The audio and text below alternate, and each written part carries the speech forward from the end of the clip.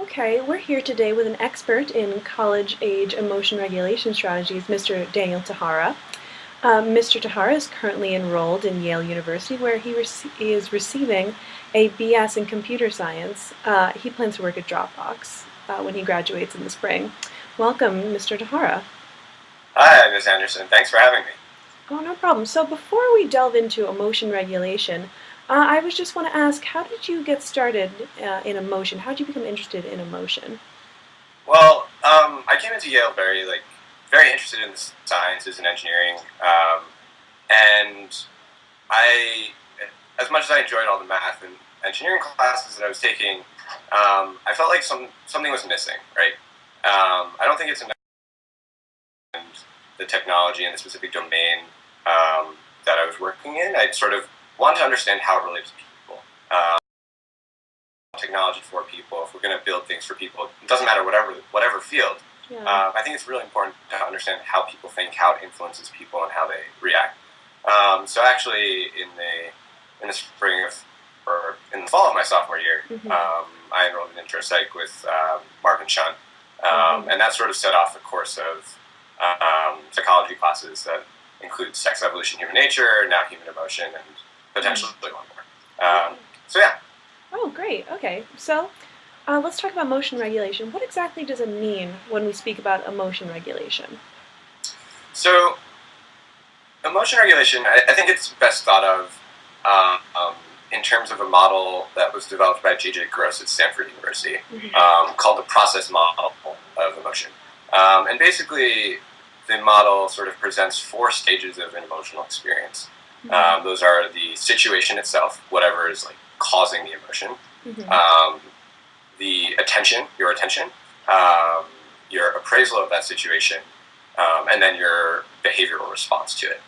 And based on this model, Gross and his colleagues argue that you can address or regulate your emotion at sort of each of these stages. And they come up with 5 distinct labels to characterize the strategies that people use to regulate their emotion, based on where in the emotion feeling process that they are.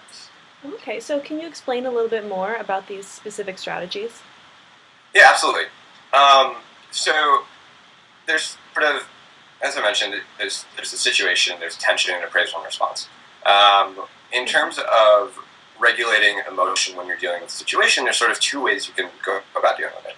One is situation selection, and the other is situation modification. Okay. So what I mean by those is that in situation selection, there's some situation that causes you some kind of emotion, whether it's anger, happiness, sadness, and you're sort of aware ahead of time that it's going to cause that emotion. So what you do then is take actions that will make it more or less likely, depending on how valent, positively or negatively, the emotion is. You take actions that will make it more or less likely that you'll end up in that situation.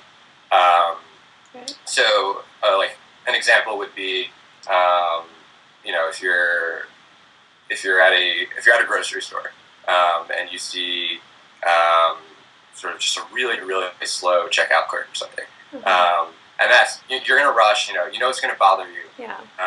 Right. Instead of going on that line, you maybe see if there's a self checkout, or ask if there's another clerk or something like that. Something to basically avoid that situation, select a different option. Right. So then the other part of it is situation modification, which is you're in a situation, you don't really have a choice in the matter, but then you sort of directly modify that situation so as to alter its impact.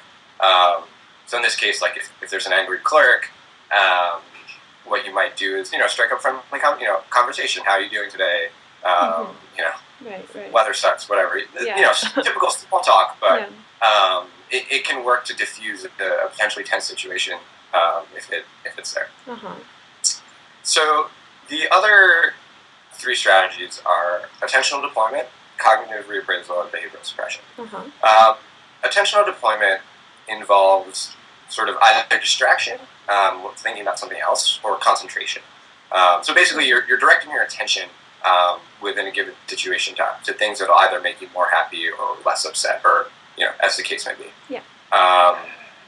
Just thinking about when I do get home from the grocery store, like, I've got my family waiting for me, and I'm really excited to see my family. Mm-hmm. So that's an example of something that's distracting, and that takes your mind away from the immediate circumstance and the things that's difficult.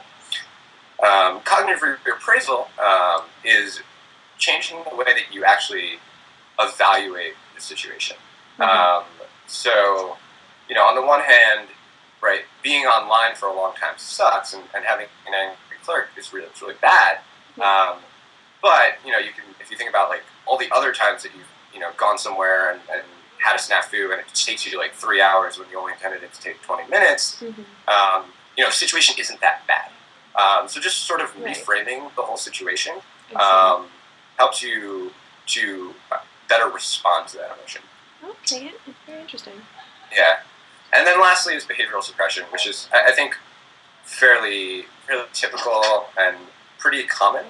It's sort of like a go-to response when you don't really know what else to do. And that's exactly what it sounds like. That's basically, putting on a happy face when you're upset, or when you're angry, sort of just swallowing your anger or swallowing your pride, and inhibiting your emotion. Oh, so yeah, those are the 5 strategies, basically. Okay, wonderful.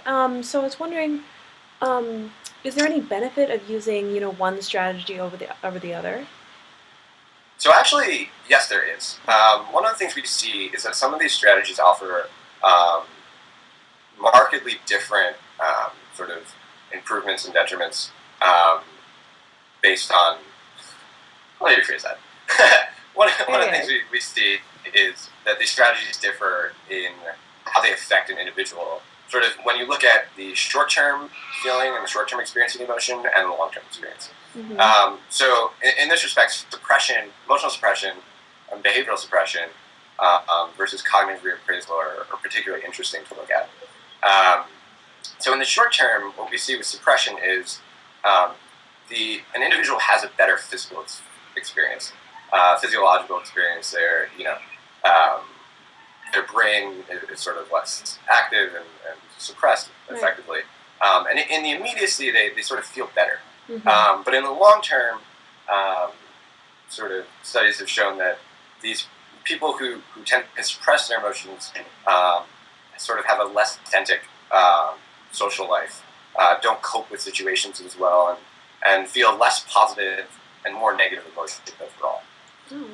On the other hand, cognitive reappraisal is sort of all negative. Like it doesn't really change the experience in the short term.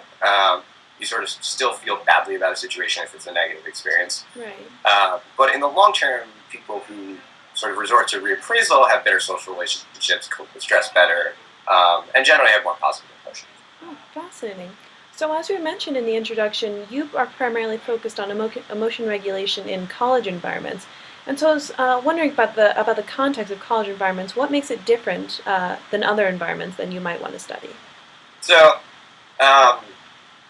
college is sort of a unique time of life where you have, thousands, sometimes tens of thousands of people all in a very, very tight age range, living in very, very close proximity to one another.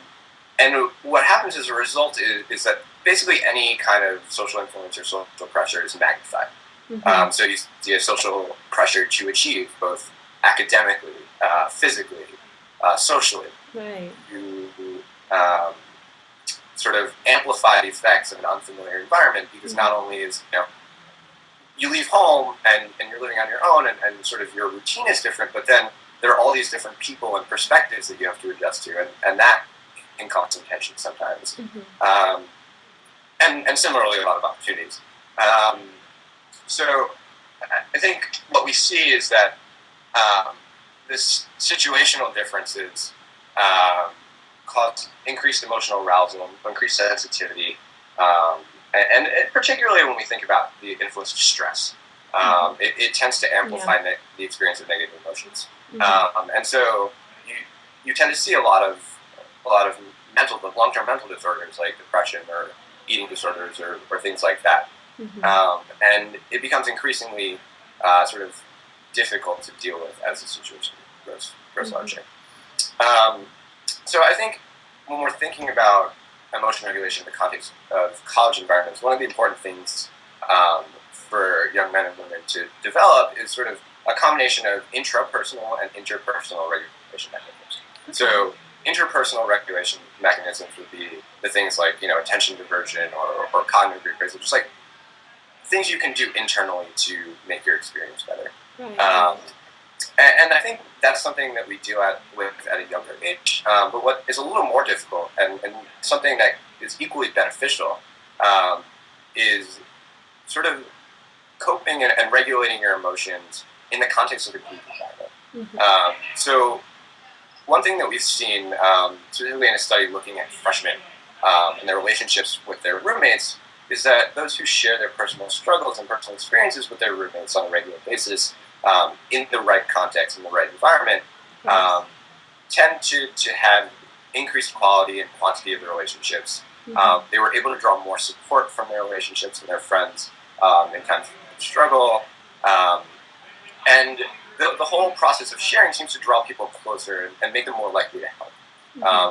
Contrary to what one might think, it doesn't elicit dislike or avoidance. And the same goes for positive emotions. It sort of, if you are reinforced by your friends when you share these positive experiences, it sort of amplifies the positivity and can help that persist into general mood and general affect. So I think that's one of the major things I like to mention to students when I talk to them about emotional regulation in a college environment. Right. Okay. Well, and as an expert about emotion regulation in the college environment, could you maybe give us a couple examples of the different strategies in a college context? Okay. So basically, I'll run through the sort of 5 emotion regulation strategies I mentioned before. Okay. And I'll try to come up with an example for each, and hopefully that'll answer your question. Oh yeah. So situation selection.